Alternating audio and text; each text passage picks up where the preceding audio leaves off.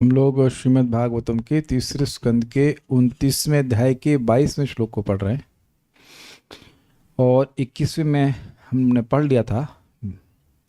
अहम सर्वेषु भूतेषु भूतात्मावस्थितः सदा तमवज्ञाय माम मर्त्यः कुरुते अर्चा विडम्बनम।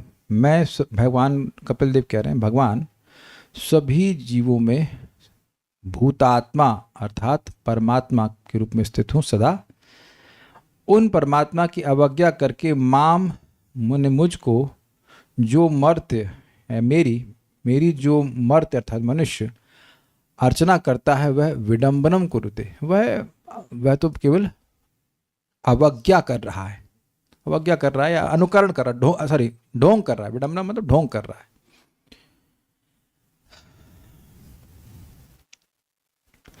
तो अब यहां पर भगवान अवज्ञा का निषेध कर रहे हैं। ये समझ में आ गया? तो शब्द ही दिया हुआ है अवज्ञा, अवज्ञा नहीं करने के लिए कह रहे हैं। इस वाले में उपेक्षा के निषेध कर रहे हैं। निषेध समझ में आ रहा है? ये नहीं करना, समझे? ये नहीं करना।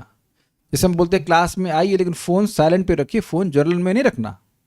तो क्लास में बैठने का दो नियम है ना, कि क्लास सुनना है और चलिए सुने या ना सुने लेकिन डिस्टर्ब नहीं करना है। मतलब ये जनरल में नहीं रखना। भाई मेरा फोन तो जनरल में नहीं है ना, ये सब बोलते हैं नहीं है, ठीक है। This is very important, class disturb नहीं करना है। तो निषेध भी बहुत जरूरी होता है।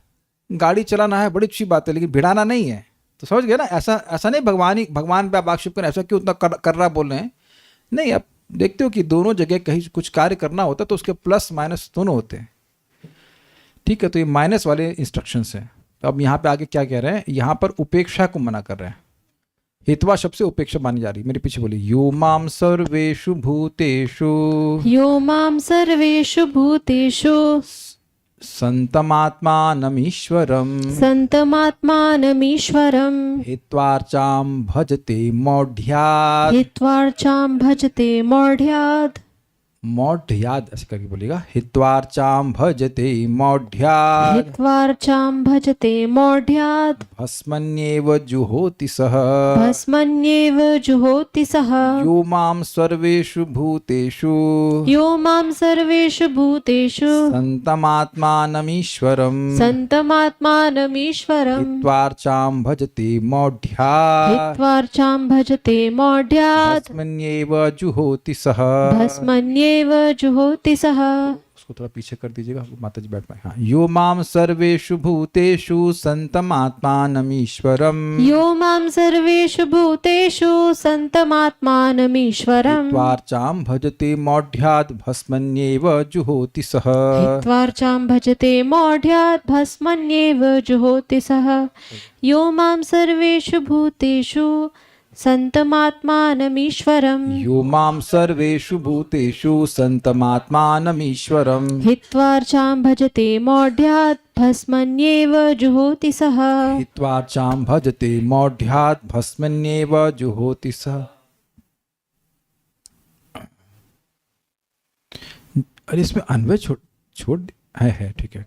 जो मंदिरों में भगवान के विग्रह का पूजन करता है किंतु यह नहीं जानता कि परमात्मा रूप में परमेश्वर प्रत्येक जीव के हृदय में आसीन है, वह अज्ञानी है और उसकी तुलना उस व्यक्ति से की जाती है जो राख में आहुतियां डालता है। वेदवादिनी, राख में आहुति डालने से क्या होता है? अरे कुछ तो स्वाहा हा करने से कुछ तो होता है। वो आलू भुन जाते हैं आपने देखा कभी? कंडे, वैसे उसमें भी कंडा होता है कवर्ड मोस्टली बाय राख। उसमें थोड़ा आलू डाल देते हैं तो वो भी नहीं भुनेगा, आलू भी नहीं भुनेगा, उसमें कुछ कंडा होना जरूरी है, कुछ अग्नि होना चाहिए। तो राख में मान लीजिए जिन भक्तों की शादी हुई है, ऐसा सौभाग्य उनको मिला है, तो पंडित जी अगर राख में आहुति दे रहे होते, मंगलम भगवान विष्णु स्वाहा, एंड देन कहेंगे ये राख क्या सूचित कर रही है, ये शादी राख जाएगी। तो आप जान रहे हैं कि कोई जान रहा है यहाँ पे राख में आहुति देने का मतलब क्या है? वेदवादिनी आप बताइए। जी, जो आहुति है उसको वेस्ट कर रहे हैं। Okay, why? क्योंकि वो राख में वो भस्मीभूत नहीं होगी ना, मतलब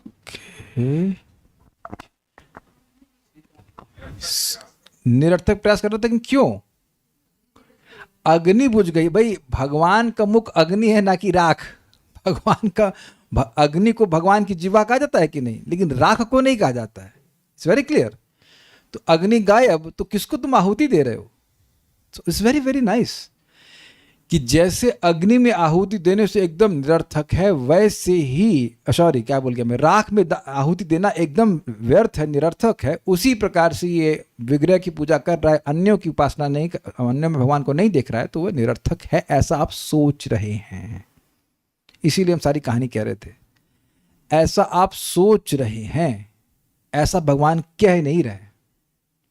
यही बात चक्रवर्ती पास समझाएंगे कि भगवान डांट रहे हैं, विग्रह की उपासना व्यर्थ नहीं जाएगी लेकिन पूर्ण लाभ नहीं देगी। ये गुस्से में कह रहे हैं कि तुम मेरी पूजा कर रहे हो लेकिन बाकी जगह तुम मुझको नहीं देख रहे हो, तो ये बिल्कुल भस्म में आहुति देने जैसा है। देखिए थोड़ा समझिए, मैं जो कल समझा रहा था फिर समझा रहा हूं ताकि बात एकदम क्लियर हो जाए। दो प्रकार के विग्रह की उपासना करने वाले लोग हैं। एक जो अब वैष्णवों के आश्रय लेता ही नहीं, ना वो शास्त्र सुनेगा ना कुछ सुनेगा, उसको अन्य जगह भगवान बिल्कुल नहीं दिख रहे हैं, तो लोगों की हिंसा भी करेगा। जब भगवान नहीं दिख रहे तो अपमान भी करेगा। ये क्लियर हुआ कि नहीं? तो अब उसका, ऐसे व्यक्ति का जिसने वैष्णव का आश्रय नहीं लिया है और विग्रह की पूजा कर रहा है, वह किसी की अनुगत्य नहीं है, तो उसकी पूजा कैसी हो गई? जिसमें राख में आहुति डालने जैसी, वो अब कोई परिवर्तन उसमें नहीं आएगा। ये समझ में आ गया। लेकिन एक नया भक्त है, उसको नहीं दिख रहे भगवान, भाई नहीं दिख रहे सब जगह। कनिष्ठ means he want be able to सी। जैसे आपके बच्चे पैदा होते ही आइंस्टीन नहीं हो गए थे, अभी भी नहीं हुए होंगे किसी के, हम लोग भी नहीं हुए, लेकिन आप जानते हो हम लोग की जो भी योग्यता आई है वो पैदा होते हुए तो नहीं आई ना। तो स्वीकार है आप लोगों की पैदा होते ही बाय डिफॉल्ट हम किसी के अनुगत्य में थे, माँ के पिताजी के अनुगत्य में थे ना, तो उसके चलते हम लोग सीखे ना कि बेड पे पॉटी नहीं करनी चाहिए। कौन बच्चा बेड पे पॉटी नहीं किया हाथ खड़ा करे? अगर उसकी माँ होगी तो तुरंत यही झूठ बोलता है।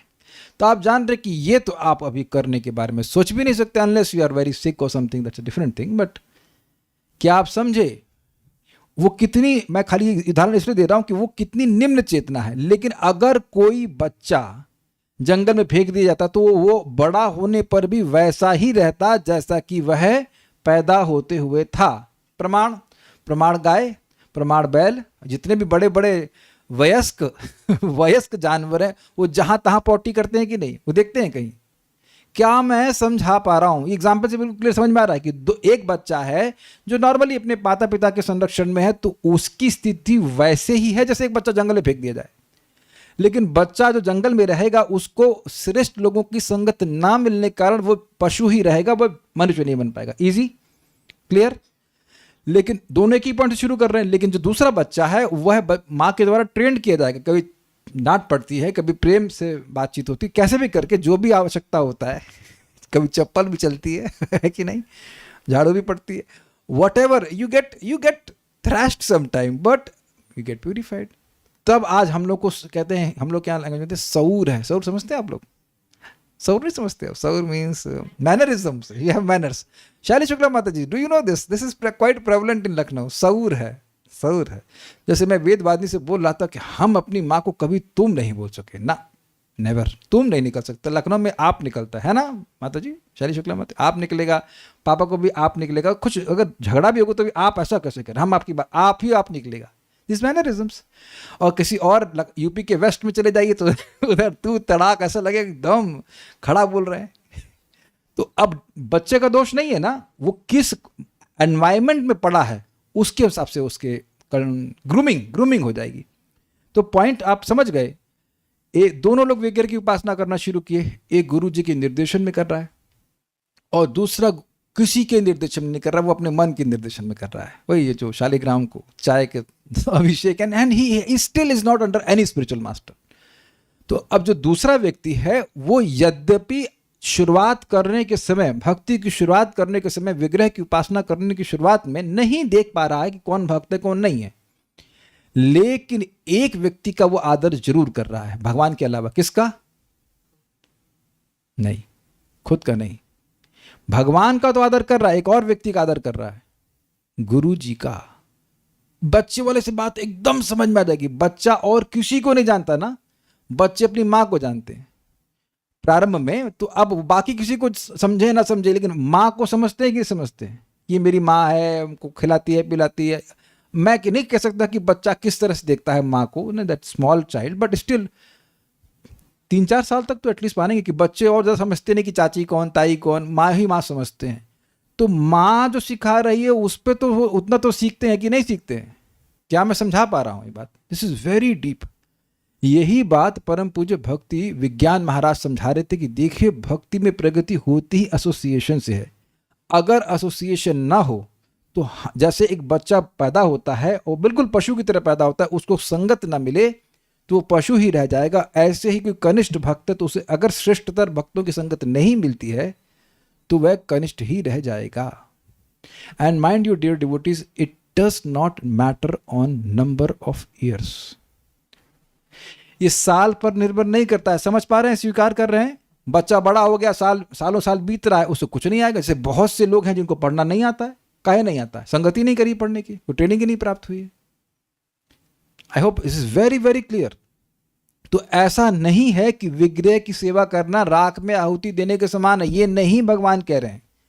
लेकिन भगवान यहाँ ये कह रहे हैं कि तुमको अन्य जगह भी भगवान को देखने का प्रयास करना चाहिए, अन्यों को भी यथायोग्य सम्मान देने का प्रयत्न करना चाहिए। Then it is very good, तब तुमको पूर्ण फल प्राप्त होगा। तो ये जो बात है ये गुस्से में कही जा रही है, और ये गुस्सा उसी को सुनाई पड़ेगा जो शास्त्र सुनेगा। क्या आप समझे इस बात को? जो भागवत क्लास में आएगा ही नहीं वो कभी ये सोचेगा ही नहीं कि मैं विग्रह की पूजा करने के बाद 2-4 भक्तों को अगर गाली दे देता हूं तो ये गलत है, क्योंकि हमने अपनी आंखों से देखा है ऐसा होते हुए। एंड गाली मीन्स, मैं बोल दे रहा हूं, माँ बहन की गाली भी लोग बकते हैं, वो भी तिलक लगाने के बाद, वो भी मंदिर के अंदर। और मंदिर से मेरा मतलब हम और स्पेस नहीं बताना चाहते कहां पर, लेकिन भगवान का ऑल्टर खुला और तब भी। एंड दैट व्हाट, तो नहीं पढ़ते हैं शास्त्र। जो नहीं सुनेगा एंड जेन्युइनली नहीं जो सुनेगा वो ऐसे ही काम करेगा। और तब आप कृपया आश्चर्यचकित मत कीजिए कि ये दीक्षित होकर ये होकर वो होकर ऐसा क्यों कर रहा है, because it is nothing to do with दीक्षा, it has to do with association. जो चीज आप सोच भी नहीं सकते वो करेंगे। They don't want to trained, they want to get trained। और अद्भुत बात एक और भी समझ लीजिए, ये उससे भी ऊपर वालों की गलती है। जो व्यक्ति ट्रेनिंग स्वीकार नहीं करना चाहता है, किसी प्रकार की कोई अनुगत्य नहीं स्वीकार करना चाहता, उसकी तुम दीक्षा करा क्यों रहे हो? सोचने वाली बात है कि नहीं? आजकल होता है ना, स्कूल खोल दिए गए तो बहुत बार स्कूल में अयोग्य छात्र को डाल देते हैं। वो क्या गलत सलत काम करेंगे, कुछ शराब वराब पी के भी जाते हैं, बवाल करते हैं। तो क्यों आ रहे हैं ऐसे लोग? क्योंकि उनकी योग्यता ही नहीं है पढ़ने की, फिर भी पैसे के लिए भर देते हैं। ये सब चीज़ें होती हैं, इसलिए आश्चर्यचकित मत की होइएगा। और ये बिल्कुल आश्चर्यचकित मत होइएगा कि दीक्षित व्यक्ति भी, फॉर्मली दीक्षित व्यक्ति भी ऐसा गलत आचरण कर दे। हम ओपनली खोल के बोल रहे हैं क्योंकि आपको ओपनली दिख भी जाएगा कभी ना कभी। And you don't be surprise. क्यों करना, मैं तुम गलत तो नहीं बोल रहे हैं, दिखे ना आपको ऐसे। ये भी थोड़ा सा इंस्टीट्यूशन देख के अंदर से छान कर डुबकी लगा के आए हैं। ये बहुत, मैं इसलिए बोल रहा हूँ क्योंकि बहुत बार जो भक्त गृहस्थी में रहते हैं, तो कभी मंदिर गए या कहीं इसमें गए तो उनकी श्रद्धा टूट जाती है। देखो सारे भक्त ऐसे नहीं होते हैं, बट देयर कैन बी कुछ मीन्स जो व्यक्ति शास्त्र नहीं सुनेगा, वो अपने को ट्रांसफॉर्म नहीं करना चाहता, तो फिर दिक्कत आएगी। देखिए एक बहुत अच्छी बात बता दूं उससे पहले मैं आगे जाऊं। जब भी आप शास्त्र सुनेंगे तो आपको एक हायर स्टैंडर्ड दिखाई पड़ेगा। अब देखना हमेशा तो कुछ नम्रता आ जाती है कि अपने को ऊपर जाना है, कम से कम उस भावना से ऊपर उठ जाते हैं कि मैं ऊपर हूं। That is very nice. क्या आप लोग महसूस करते हैं? एक सिंपल सा श्लोक, आपूर्यमाणम अचल प्रतिष्ठम समुद्रमापः प्रविशन्ति यद्वत् तद्वत् कामायम प्रविशन्ति सर्वे सशांति मापन काम। बड़ा इजी श्लोक है। पर जैसे समुद्र में नदी आती रहती है ना वरुण प्रभु, तो समुद्र स्थिर रहता है। तो ऐसे व्यक्ति के हृदय में इच्छाएं आती रहेंगी, लेकिन जो उनको पूरा नहीं करता वो शांति प्राप्त कर लेता है ना। इजी पूरा जीवन निकल जाएगा इसको पालन करने में। जब तक इच्छा नहीं आ रही तो कोई दिक्कत नहीं है, लेकिन जब आ जाती तब कहाँ कटता है? तो याद आता है कि नहीं, हम तो अभी स्टैंडर्ड से डाउन है। सो I have to improve, I have to improve, I have to improve like this. इससे एक बात समझ में आ रही है कि this shloka is expressing extreme displeasure of the Lord. कुछ समझ में आ रहा है आपको ये बात? भगवान अर्चा विग्रह की सेवा करने के लिए मना नहीं कर रहे हैं, लेकिन अपने गुस्से को, रोष को प्रस्तुत कर रहे हैं कि तुम अन्य जगह भी तो मुझे देखो, क्यों नहीं तुम्हें दिखाई पड़ रहा है वहां पर, क्यों असम्मान कर रहे हो। ऐसे कहना चाहिए कि why are you blocking my mercy yourself, तुम मेरी कृपा को खुद ही क्यों ब्लॉक कर रहे हो। और कल भी हमने पूछा था ना काले कृष्ण प्रभु, सम्मान देने में कोई खर्चा नहीं होता। आगे और बातें भी आएंगी, जैसे मैं भूखा होता हूं तो सामने वाला भी भूखा होता है, तो भोजन देना चाहिए, लेकिन और बातें वहां पे आएंगी कि ठीक है, मान लो भोजन नहीं दे पाए तो कम से कम सम्मान तो दीजिए। भाई आपके पास सामर्थ्य नहीं है भोजन देने का, फर्स्ट क्लास नहीं है, कोई बात नहीं, तो कम से कम सम्मान तो दीजिए, मीठे शब्द तो बोलिए। मीठे शब्द बोलिए आप, नहीं मीठे शब्द की भी कमी होगा ये बताइए। आप जानते हैं ना, कोई अतिथि आता है उसको जल दीजिए, जल नहीं दे पा रहे तो आसन दीजिए, मीठे शब्द बोलिए, और ये भी ना दे पाए तो दुखी हुई कि मैं नहीं कर पाया। This is very very nice, very nice. ये भगवान को प्रसन्न करता। अन्वय, यह यानी जो मनुष्य सर्वेषु भूतेषु संपूर्ण प्राणियों में आत्मानम परमात्मा रूप से संतम यानी विद्यमान, माम मुझ ईश्वरम हित्वा परमात्मा को छोड़कर, मौढ़यात अज्ञानवश अर्चाम एवं भजते प्रतिमा में ही आराधना करता है, भस्मनि जुहोति वह राख में हवन करता है। जरा समझिए इस बात को। जो मनुष्य मतलब मनुष्य मात्र, इसमें अगेन वर्णाश्रम की कोई बात नहीं है। आप किस लेवल से एक्सटर्नली किस लेवल पर हैं वर्णाश्रम में और भगवान की पूजा कर रहे हैं, उससे कोई मतलब नहीं है। क्लियर हुआ एक बात। फिर आप देखिए, पिछले श्लोक में बोले कि मैं सब जगह हूं, और इस श्लोक में फिर बोल रहे हैं कि सर्वेषु भूतेषु आत्मानम संतम। कुछ समझ रहे हैं कि आशय क्या है। पिछले श्लोक में भी बोले हैं कि मैं सब जगह सभी जीवों में सदा रहता हूं, बोले थे कि नहीं। इस श्लोक में फिर बोल रहे हैं। हो सकता है पिछली क्लास मिस हो गई हो, रिकॉर्डिंग ना सुनी हो, तो ये वाला सुन लो। This point is being emphasise कि मैं सबके हृदय में हूं। एंड आप हर बार देखिएगा, जब कभी किसी का अनादर किया है तो ये पॉइंट भूल गए नहीं। अग्रीड? तो ये पॉइंट इंपॉर्टेंट है। और किस रूप में हूं? ईश्वर रूप में हूं, समर्थ हूं। भाई ये बात थोड़ा समझना चाहिए। प्रश्न करेगा कि अर्चा विग्रह की सेवा कर रहा हूं तो उसे फल क्यों नहीं मिलेगा? तो फल कौन देता है? फल देने वाले ईश्वर हैं। तो तुम ईश्वर की को छोड़कर, हित्वा मतलब उनकी उपेक्षा कर कर, उपेक्षा समझते हैं, डिसरिगार्ड, वहां उनको छोड़कर तुम केवल अर्चा में ही पूजा करोगे। देखिए एवा शब्द वहां पे एक्सक्लूसिविटी के अर्थ में, केवल अर्चा की सेवा कर रहा है, इसलिए कह रहे हैं मौढ़यात। मौढ़यात मतलब मूढ़ शब्द से आता है, मूढ़तावश, मूढ़ता से केवल अर्चा विग्रह की सेवा कर रहा है। तो वह भस राख में जो होती है, राख पे हवन करता है। क्या कुछ समझ पा रहे हैं क्यों राख में हवन करता है? क्योंकि भगवान अप्रसन्न है। देखिए आप भगवान से ऐसा ट्रांजैक्शन नहीं करते हैं जैसे गूगल पे में होता है ना, भाई पेमेंट कर दिया सामान भिजवाओ। ऐसा भगवान से नहीं होता है कि मैंने कर्म कर दिया है अब आप ऐसा करिए अपना आशीर्वाद भिजवा दीजिए। Doesn't work like that. आशीर्वाद इस तरह से नहीं आता है। आता है क्या? पेमेंट नहीं हो रहा है ना, पेमेंट हो गया आपका, इतना माला जप कर दिया है, इतना अगरबत्ती घुमा दिया हूं, आप भेजिए। आप जान रहे हैं कि अगरबत्ती दिखाना या जो भी हम वस्तु भगवान को अर्पण कर रहे हैं उसका उद्देश्य क्या है? भगवान को प्रसन्न करना। क्लियर? तो भगवान की जैसी कामना है, जैसे वो चाहते हैं पूजा करो, वैसे प्रसन्न होंगे ना। आप यहां क्या भगवान के इस क्रोध में उनका वात्सल्य अनुभव कर पा रहे हैं कि ये मूर्ख मेरी पूरी कृपा क्यों नहीं प्राप्त कर रहा है, बेवकूफी में क्यों छोड़ रहा है मेरी कृपा को? Can you sense that? कि तुम मेरी अर्चा विग्रह की सेवा कर रहे हो। भगवान की अर्चा विग्रह की सेवा असीमित लाभ देने वाली है। आप जानते हैं कि जल दिया था कौशिक जी ने, और जल ही दिया था और कुछ नहीं दिया था, तो भगवान उनको इंद्र बना दिए। ये सो अमेजिंग नहीं? तो भगवान के कुछ भी अर्पण कर रहे हैं, मतलब कुछ भी फल फूल जो भी कर रहे हैं, वो बहुत बड़ा लाभ है भाई, बहुत बड़ा लाभ है, असीमित लाभ है एक्चुअली। लेकिन भगवान यहाँ पर गुस्सा प्रस्तुत करके सिखा रहे हैं हम लोगों को कि जैसे तुम मेरे विग्रह की सेवा करते हो, ऐसे सम्मान करते हो, ऐसे अन्य जीवों का भी तुम्हें सम्मान करना चाहिए। वहां भी मैं अवस्थित हूं, नहीं तो तुम्हारी पूजा का तुमको बहुत कम लाभ मिलेगा। इस बात को समझाने के लिए वो कह रहे हैं कि राख में हवन करता है। तो देखिए स्वाभाविक सी बात सोचिए कि अगर मैं पूजा कर रहा हूं भगवान की, कर ही रहा हूं, तो जब ये बात आएगी तो क्या मैं थोड़ा सा सतर्क हो जाऊंगा कि मैं लोगों से कैसे डील करूं? व्हाट डू यू से? नहीं, भूल जाएंगे काले कृष्ण प्रभु। अभी लड़के आए कहीं से? नहीं, अभी लड़के आए कहीं से? नहीं, तो अभी आधे घंटे बाद लड़ने की प्लानिंग है आपकी? कभी कभी होगा। अरे तो 100 में मान लो 96% ठीक रहे तो 4% तो भगवान माफ करेंगे ना।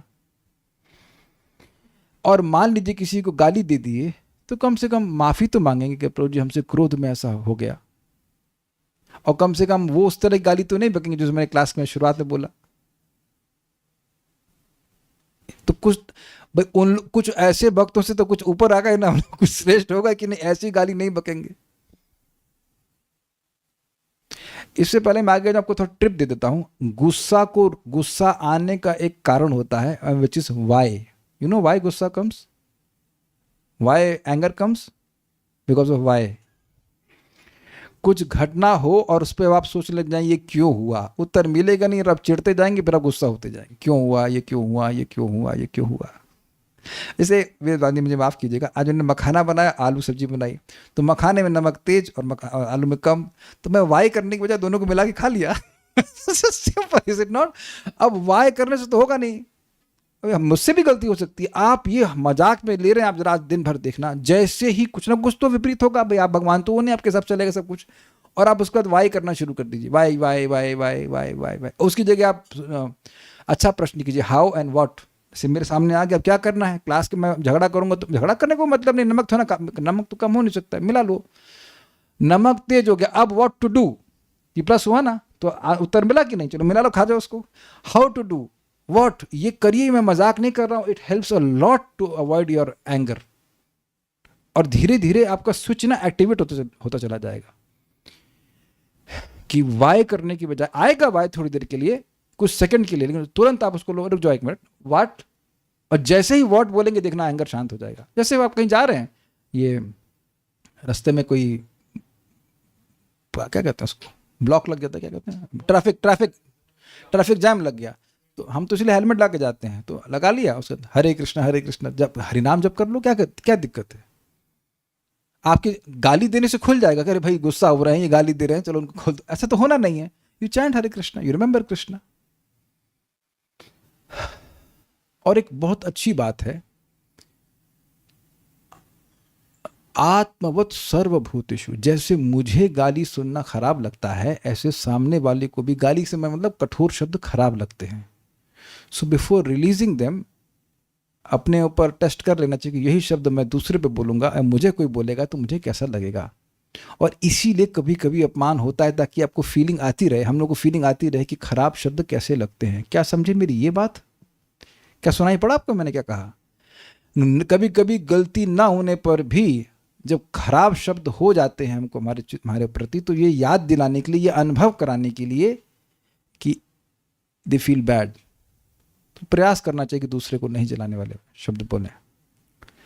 यो माम सर्वेषु भूतेषु, जो व्यक्ति मुझको, जो सभी जीवों में, आत्मानम ईश्वरम संतम, परमात्मा के रूप में और सभी के नियामक के रूप में विद्यमान है, उसको, उनको हित्वा, उनको छोड़ देता है। अर्चाम भजते मौढ़्यात, और मूर्खता पूर्वक मेरे अर्चा विग्रह की सेवा करता है, वह भस्मनि एव जुहोति सह, मतलब वह व्यक्ति भस्म में ही आहुति देता है। अब ये अच्छा, मैं देखिए मैंने दूसरा अर्थ निकाल दिया। एवा शब्द को अर्चा में भी लगा देते हैं और एवा शब्द को भस्मनी में भी लगा देते हैं, लगा सकते हैं, मतलब अर्थ वही निकलेगा लेकिन थोड़ा सा अलग स्टाइल हो जाएगा। मेरे अर्चा की ही पूजा करता है तो वह भस्म में आहुति देता है, या मुझको छोड़कर अर्चा की पूजा करता है तो भस्म में ही आहुति देता है। समझ गए? अप्रिशिएट किया दोनों अंतर, दोनों स्टेटमेंट्स का अंतर। मुझको छोड़कर अर्चा की पूजा करता है तो भस्म में ही आहुति देता है, तो इसको यहां पर ये एम्फसाइज करते हैं कि भस्म में ही आहुति दे रहा है, कहीं कुछ अग्नि में आहुति नहीं दे रहा है, मतलब निष्फल। और दूसरा अर्थ है कि मुझको छोड़कर केवल अर्चा में ही पूजा करता है तो भस्म में आहुति देता है, यानी निष्फल। ही को कहां जोड़ रहे हो आप देख लीजिएगा। यू कैन, संस्कृत में लिबर्टी रहती है, आप ही को कहीं भी लगा सकते हैं। एक बात, हाँ, एक बड़ी इंटरेस्टिंग बात है, जो जगत के ईश्वर हैं, परमात्मा हैं, उनको ही छोड़ दिया तो विग्रह की उपासना क्या कर रहा है? सो इस दैट, उस सेंस में ईश्वर शब्द का प्रयोग हो रहा है, क्योंकि मैं ऐसा कोई छोटा मोटा व्यक्ति नहीं हूं, सर्वसमर्थ हूं, नियामक हूं, तुमको दंड भी दे सकता हूं। All those things are there.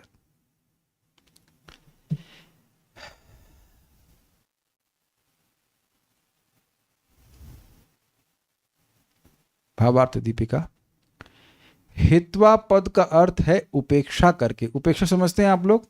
Neglect करके। इस श्लोक में भगवान ने बतलाया कि सर्वात्मा मेरी उपेक्षा करके मूर्ति में मेरी पूजा करना व्यर्थ है। क्यों व्यर्थ है? थोड़ा व्यर्थ और समझ लीजिए इस बात में, व्यर्थता का कारण क्या है। जैसे कोई व्यक्ति कृषि करे लेकिन राजा से झगड़ा कर ले, तो अब देखिए एक सिद्धांत है कि पूरा राज्य किसका है? राजा का। और खेत किसका है? राजा का कि आपका? आपकी जमीन है ना गांव में, तो आपकी है कि गवर्नमेंट की है? आपकी है, तभी तो आप कह राजा की है। जी हां, दोनों बात सत्य है, राजा की है और आपकी भी है, लेकिन जब तक राजा से झगड़ा नहीं कर रहे। अगर राजा से झगड़ा कर लिया तो अब सब खत्म, एग्जैक्टली, सब जब्त हो जाएगा। समझ में आ गई बात? तो भगवान से ही झगड़ा कर लिया, जो नियामक है, जिनका हर जगह राज्य चल रहा है, जिनसे ही सब कुछ चल रहा है, तो उनसे झगड़ा कर ले तो पूजा करके तुम्हारा होगा क्या? अच्छा ऐसे समझिए, अगर ऐसे समझ लीजिए आप, थोड़ा सा और ग्रॉस समझिए। मान लीजिए आप किसी घर में गए, आपकी वो आरती कर रहा है और आपको मालूम चले कि वही जाकर के बाहर गाली दे रहा है आपको, तो कितना आरती स्वीकार करेंगे आप? कभी हुई आपकी आरती इस प्रकार से? सो डजंट मेक सेंस। एक बात हमको बताना बिल्कुल भूल गए, बहुत इंटरेस्टिंग है। जब आप किसी से प्रेम करते हैं तो दूसरा व्यक्ति भी अगर उनसे प्रेम करेगा तो आप उस व्यक्ति से प्रेम करते हो कि नहीं करते हो? नहीं समझ में आपको बात? Suppose you love a speaker, कथा करते हैं, तो दूसरे व्यक्ति को भी उनकी कथा पसंद है, तो आपस में मैत्री हो जाती है। हाँ, वो अमुक भक्त ऐसा बोलते हैं, वैसा बोलते हैं, ऐसा बोलते हैं, वैसा बोलते हैं। Make sense? तो अगर मैं यह कह रहा हूं कि मैं भगवान के सब का प्रेमी हूं, तो भगवान से अन्य जो प्रेम करने वाले हैं, मैं भक्तों की बात कर रहा हूं, तो उनसे भी तो प्रेम होना चाहिए कि नहीं? नहीं तो ऐसा कैसा प्रेम हुआ बताइए? और जिनके प्रति भगवान का प्रेम है, उनके प्रति मैं द्रोह करूंगा तो मेरा भगवान से कैसे प्रेम होगा? आप किसी से प्रेम करें और उसके बच्चे को दे चाटा मारे, गाली दे, तो अब कि आप आइए हमारे घर में, आइए प्रसाद पाइए, विल दैट वर्क? ये थोड़ा समझिए इस बात को, आप लोग शायद समझ पाए इस बात को। मान लीजिए कि आप एक इंचार्ज हैं, तो आपको बड़े स्पेशल एंट्रेंस दी जा रही है, गेट पे एंट्री दे रही है, लेकिन आपकी माँ को लाइन में खड़ा कर दिया जाए कि इनको धूप में खड़ा होना होगा, तो आप क्या उस जगह प्रसाद पाने जाओगे? Does that make sense to you? Will that work for you? Does that work? मान लीजिए ईशा माता जी आप प्रॉपर डिसाइपल होते, ठीक, आपके बच्चे तो नहीं होते, ठीक है, तो जगह होता है कि भाई प्रॉपर डिसाइपल की एंट्री होगी, तो आपकी एंट्री और आपके बच्चों का नहीं, ये तो नहीं, इनको बाहर कर दी, तो आप कैसे खाने जाएंगे भाई? और ये रेगुलर सीन है, ये अजीब सी बात होती है, लोग करते हैं, प्रॉपर डिसाइपल है तो उनके बच्चे भी जाएंगे, तो उनके बच्चों कैसे आप रोक देंगे? अच्छा, उसमें और फंस जाती बात, बच्चा है और बच्चे का मित्र भी है। तो फिर तो आप समझ गए ना उम्मीद की बात। इसे कहते हैं love me love my dog. तो भगवान कहते हैं कि आप मुझसे प्रेम कर रहे हो तो मेरे अंशों से भी प्रेम करना सीखो, and that way our love becomes enhanced. उम्मीद की बात समझ में आ गई होगी, ठीक है। सारार्थ दर्शन, भस्मनि एव जुहोति, वह व्यक्ति भस्म में ही आहुति प्रदान करता है, मतलब निष्फल होती है उसकी पूजा। भगवान स्वयं प्रभु होने के कारण अपने भक्तों को शिक्षा प्रदान करने के निमित्त, यानी शिक्षा प्रदान करने के लिए उनके प्रति उनकी यह भर्सना सहित उक्ति समझनी होगी। मतलब देखिए, सभी भक्तों को भगवान नहीं डांट रहे हैं, ये तो समझ में आ गया। उन भक्तों को डांट रहे हैं जो विग्रह की सेवा करते हैं लेकिन वैष्णवों की सेवा नहीं करते या अन्य जीवों के प्रति उनको सम्मान करना नहीं आता। जैसे बहुत से लोग आप में से सज्जन शिरोमणि होंगे तो टीचर से डांट कभी नहीं पड़ी होगी या बहुत कम पड़ी होगी। निशा माता जी, आपको डांट पड़ती थी टीचर से? वो लिटिल बिट नॉटी। वरुण प्रभु, आप तो सीधे, अरे आप भी सीधे नहीं निकले। राजेश प्रभु को तो पक्का कभी नहीं पड़ती, बड़ा एकदम सज्जन शिरोमणि। तो आप देख लेंगे उनको डांट कभी नहीं पड़ती होगी। मैं अज्यूम कर रहा हूँ कि बहुत सीधे। कोई व्यक्ति है आप इसको टीचर से कभी डांट ना पड़ी हो, एकदम गुड गर्ल गुड बॉय रहे हो? कोई नहीं यहाँ पे। संगीता माता जी, आप भी नहीं, आपको भी डांट पड़ती थी टीचर से। आप देखेंगे कि हमको एक बार डांट पड़ी तो हमको बहुत शर्म आई थी कि वो डांट पड़ती नहीं थी, but anyways I was a good boy almost. बहुत हमको शर्म लगी थी। तो पॉइंट क्या है कि क्या टीचर सबको डांटती है? तो सारे स्टूडेंट्स को नहीं डांटती है, जो मिसबिहेव करते हैं उनको डांटती है। क्लियर हुआ? तो भगवान सारे भक्तों को नहीं डांट रहे हैं और न ही सारे अर्चा विग्रह की सेवा करने वालों को डांट रहे हैं। ऐसा लग रहा है कि अर्चा विग्रह करने वालों को टारगेट किया जा रहा है। नहीं, ऐसा नहीं है। भगवान के विग्रह की सेवा ग्लोरियस है। ये आप जानते हैं 5 साधनों में से, 5 महासाधनों में से एक सेवा क्या है? श्री विग्रह श्रद्धाय सेवन, श्री विग्रह की श्रद्धा से सेवा करना। इससे भगवान का भाव भक्ति प्रेम भक्ति प्राप्त होती है। ये तो क्लियर है। तो वो ग्लोरियस है। लेकिन क्या चीज पे डांट रहे हैं? कि अन्य जीवों में वह सम्मान नहीं करता, उस बात पे। तो ऐसे भक्तों को भगवान डांट रहे हैं और ये उनकी डांट हमारे हित के लिए ही है। बड़ा सुंदर है, एक भक्त बोले थे कि अपराध वह नहीं है जो हम सोचते हैं, अपराध वह है जो भगवान स्वीकार करते हैं। स्वीकार है? जैसे उतरी पहन करके मंदिर में आना अपराध है? नहीं। जूता पहन के आना है? हाँ है, क्योंकि शास्त्र में लिखा है, भगवान बता दिए। Is it all okay? तो भगवान को असंतुष्ट करके भगवान की कृपा ब्लॉक हो जाएगी, इसलिए डांट रहे हैं भगवान। और वो डांट बहुत अच्छी है। किसी को भगवान की डांट सुनने को मिले तो वो भाग्यवान है। अब उसमें तो बड़ी लंबी कथा हो जाएगी, लेकिन अभी हम आगे पढ़ते हैं। उसी प्रकार श्रीमद् भागवत के 10.84.13 में स्वयं भगवान श्री कृष्ण ने भी कहा है। अब देखिए, ये थोड़ा समझना होगा कि क्या कहा और क्यों कहा। बहुत बढ़िया श्लोक है, इसको इसी पे हमारा क्लास आज रुक जाएगा। भगवान रथ पर ऋषि मुनियों को बिठाकर द्वारका से चले गए मिथिला, और मिथिला में 2 भक्तों से दर्शन करने गए थे। इनका नाम था बहुलाश्व राजा और श्रुतदेव ब्राह्मण। तो श्रुतदेव ब्राह्मण भगवान को देखकर खूब खुश हुए और भगवान की खूब आरती वगैरह की, लेकिन जो उनके साथ में ऋषि मुनि थे उनका वह सत्कार नहीं कर पाए। मैंने ये नहीं कहा कि नहीं किया। He was just so blissful, भगवान को देखकर इतने आनंद में थे कि उधर उनका ध्यान नहीं गया अन्य ऋषि मुनियों का की तरफ। तो भगवान उनके ध्यान को आकृष्ट किए कि देखो, ऐसा नहीं है कि केवल मेरी ही सेवा होनी चाहिए, अन्य व्यासदेव जी भी हैं, अन्य ऋषि मुनि, उनकी भी सेवा करनी चाहिए। यद्यपि बहुलाश्व श्रुतदेव जो है वो महान भक्त, ध्यान रखिएगा, जिनसे मिलने के लिए स्वयं भगवान गए हैं, तो उन पर ये वाला श्लोक 329.22 नहीं अप्लाई होता। लेकिन एक भाव में वो भूल गए कि अन्य ऋषि मुनि भी हैं, तो वहां उनको कहकर सभी आगने वाले भक्तों को वह सुना रहे हैं। बहुत सुंदर श्लोक है, प्रभात बहुत बार कोट किए हैं, तो उसको देख लेते हैं, उसको बाद समझ करके फिर आगे हम रुकेंगे। 10.84.13 मेरे पीछे बोलिए।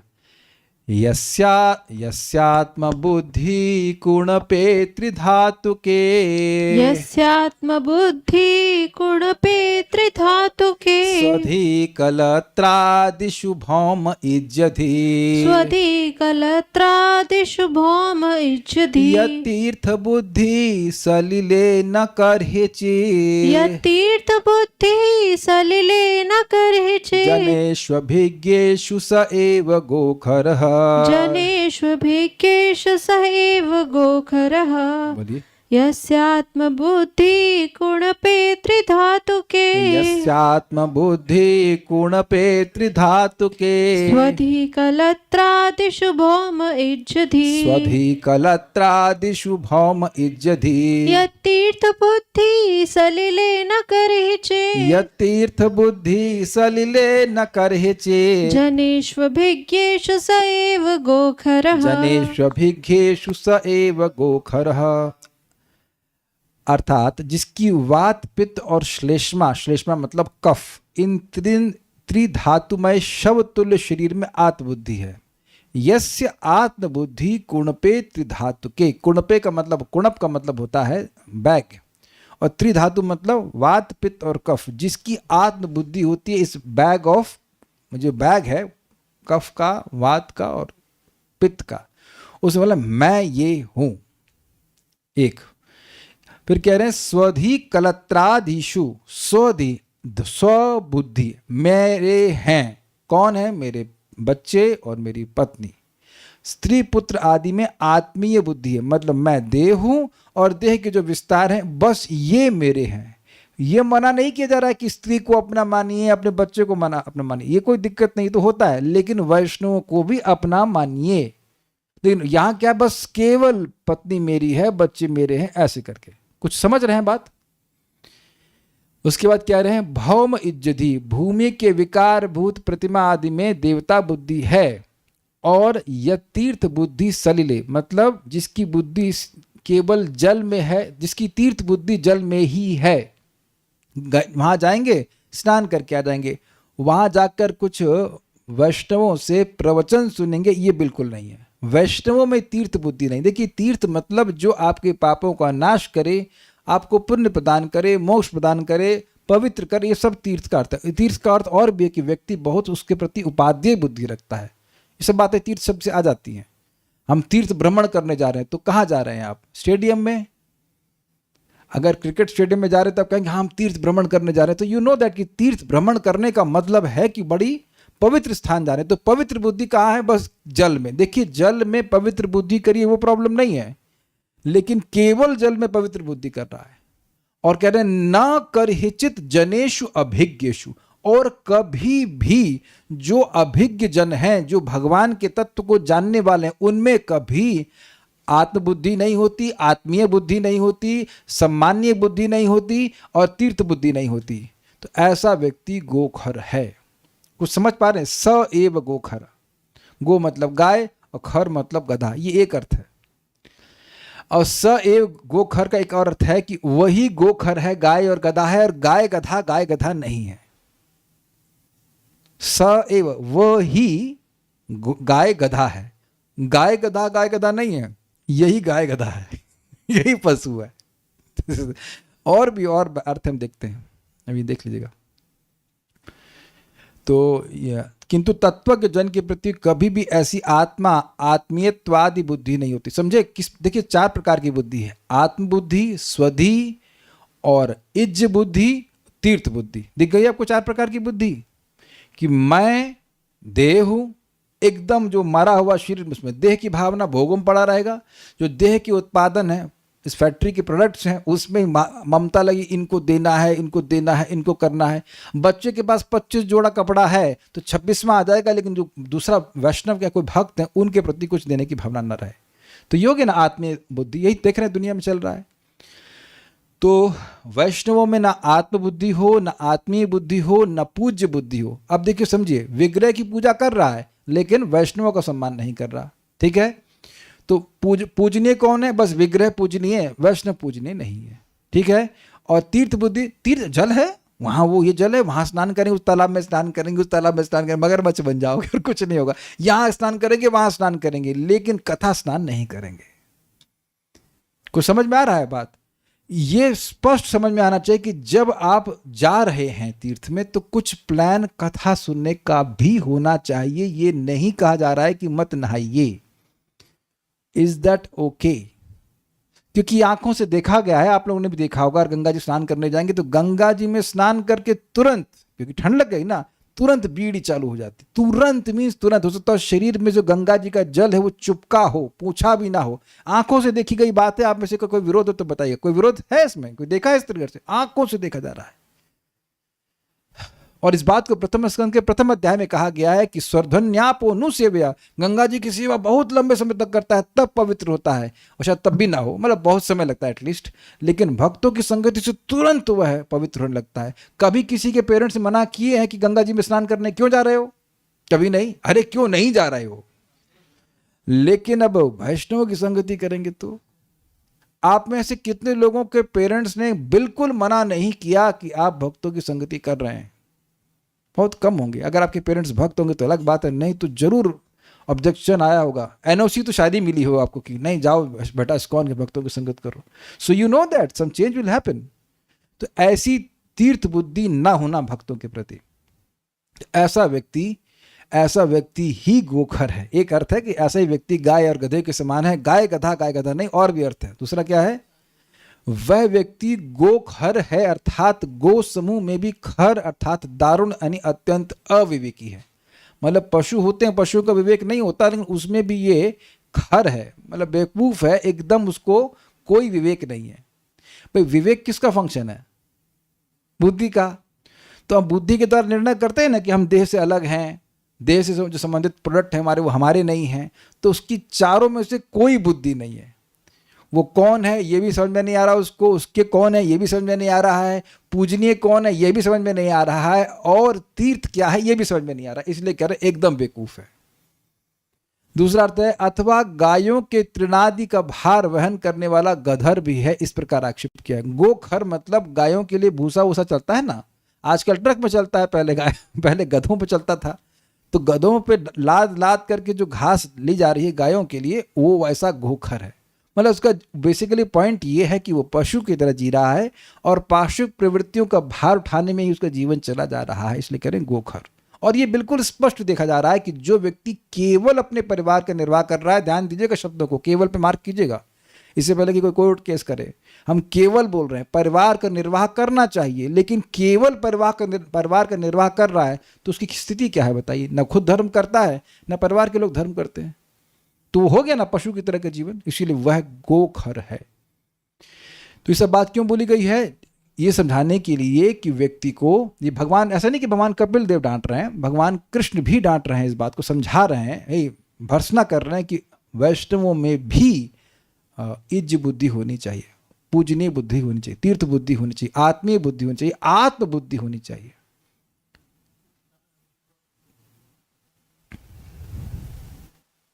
मैं समझाता हूं, देखिए, अच्छा आपने बात बोली।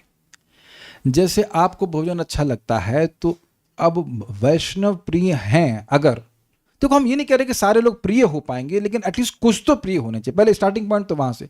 तो उनको भी वैसे ही सेवन साथ खिलाए, कुछ भी खिलाए जैसे वो खुद अपने लिए करता है। ये तो क्लियर हुआ कुछ? इसे ये हुआ ना कि सेम आत्मबुद्धि।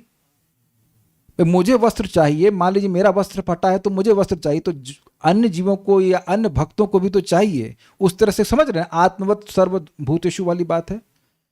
उसी प्रकार से आत्मीय, जैसे हम मानते हैं कि ये मेरा छोटा भाई है, ये मेरा बड़ा भाई है, मेरे चाचा है, ताई हैं, उसी तरह से संबंधी किसको मानना? वैष्णवों को मानना। आपके पास कोई धन आया, आपके पास कोई वस्त्र आया, तो सबसे पहले क्या सोचता है? अपने बच्चे को देंगे, जरूरत नहीं तब भी देंगे।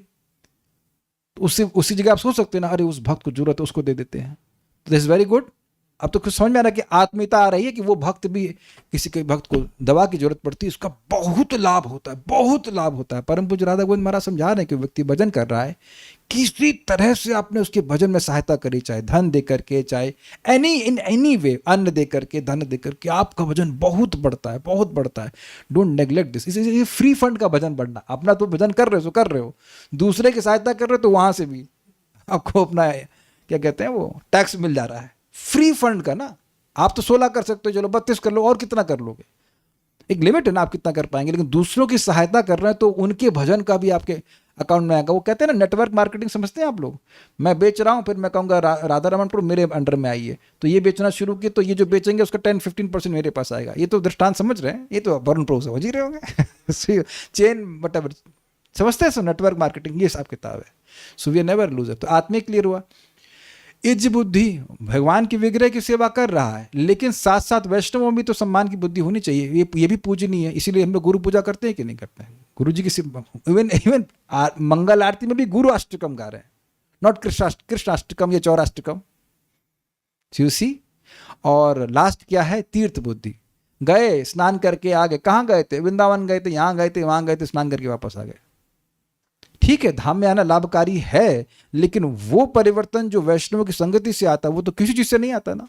आप देख लो, यहाँ बहुत से लोग हैं जो रह रहे हैं, और अच्छी बात है कि बहुत अच्छी बात है, रह रहे हैं, लेकिन जो वैष्णवों की संगति में रह रहे हैं, अनुगत्य में रह रहे हैं, उनमें कितना परिवर्तन आ रहा है, और जो केवल रह रहे हैं उनमें कितना परिवर्तन आ रहा है, वो तो दर्शनीय है। दर्शनीय नहीं है, दृष्ट दृष्ट है, सॉरी, नॉट दर्शनीय, दृष्ट है, आई एम सॉरी, नॉट दर्श, देखने लायक नहीं है, लेकिन दृष्ट, देखा जा रहा है कि नहीं।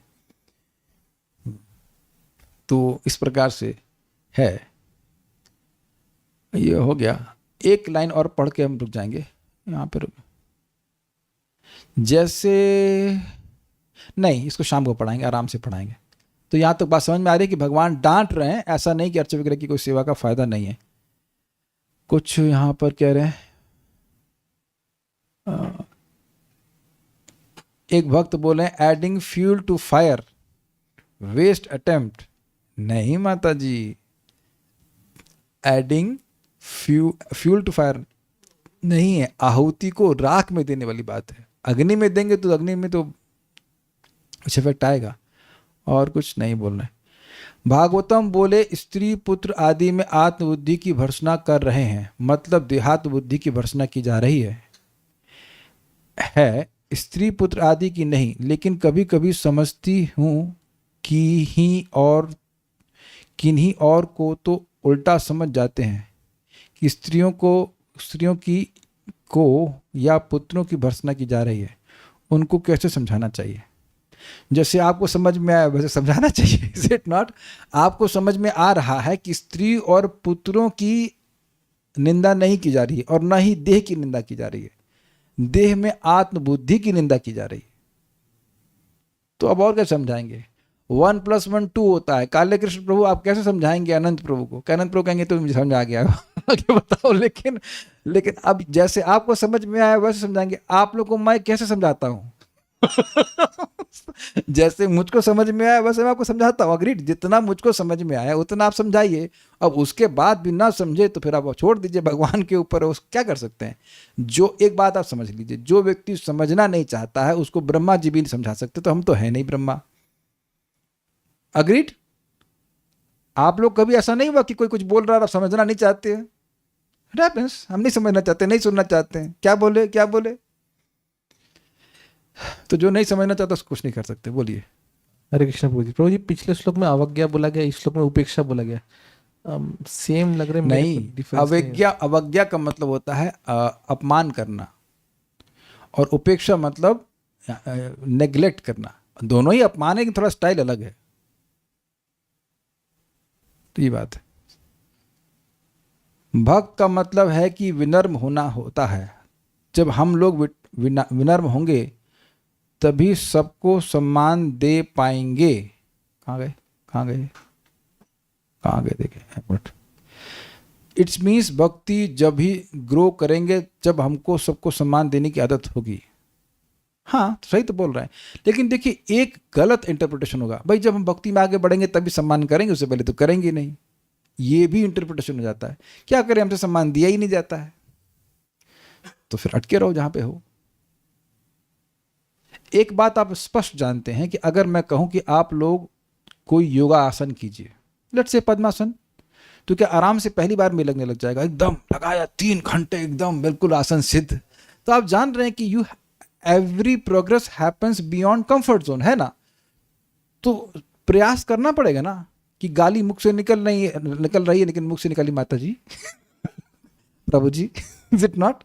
What is the difficulty? Agreed? मान लो मुख से अच्छा क्रोध आ रहा है तो वहां से हट जाओ, थोड़ा घूमने जाओ, टहलो, क्या जरूरत है वहां पे गाली देने के लिए? So you save yourself from that. ठीक है, will stop now. Shrimad Bhagavatam की जय, श्रील प्रभुपाद की जय, निताय गौर प्रेमानंदे।